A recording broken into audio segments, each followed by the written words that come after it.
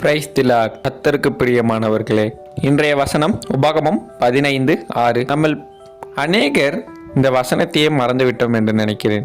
உன் தேவனாகிய யெகோவா உனக்கு சொன்னபடியே உன்னை ஆசீர்வதிப்பதினால் நீ அநேக மக்களுக்கு கடன் கொடுப்பாய். நீயோ கடன் வாங்குவதில்லை. நீ அநேக மக்களை ஆள்வாய், உன்னையோ ஆள்வதில்லை. அன்பானவர்களே, இன்று நாம் அநேக காரியத்தில் இந்த வசனங்களை நாம் மறந்து விடுகிறோம்.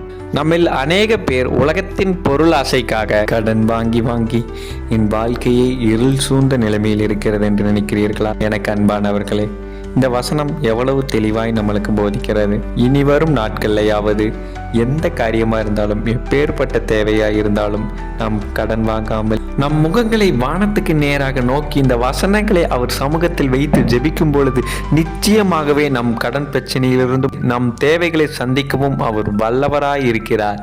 கர்த்தருக்கே மகிமை உண்டாவதாக. ஆமென்.